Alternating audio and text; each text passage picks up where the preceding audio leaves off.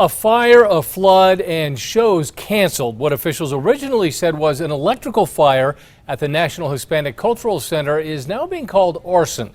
And the damage total has topped $1 million. News 13's Rebecca Atkins is live at the Cultural Center near 4th and Bridge with what we know so far. Rebecca? Well, Dean, officials with the Cultural Center have been tight-lipped about the extent of the damage, but now the state says it plans to reveal what really happened tomorrow. Today, the State Office of the Superintendent of Insurance and Special Investigations announced they're investigating the fire as arson and say they're preparing criminal charges. So far, the estimated damage is over $1.5 million.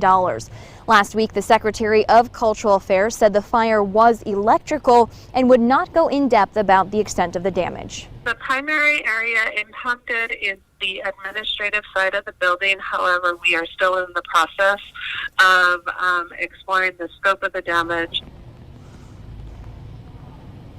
The fire broke out around 4 a.m. 2 Sundays ago. The sprinkler system went off, but AFR says it never alerted them, leading to the sprinklers running for hours. AFR didn't get called out until around 8 that morning. By the time they got there, the Disney Theater was flooded, along with 2 other theaters.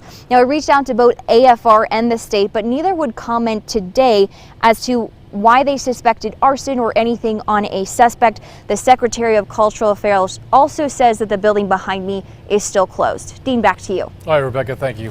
A string of performances have already been canceled or relocated. No word yet on when the theaters could reopen.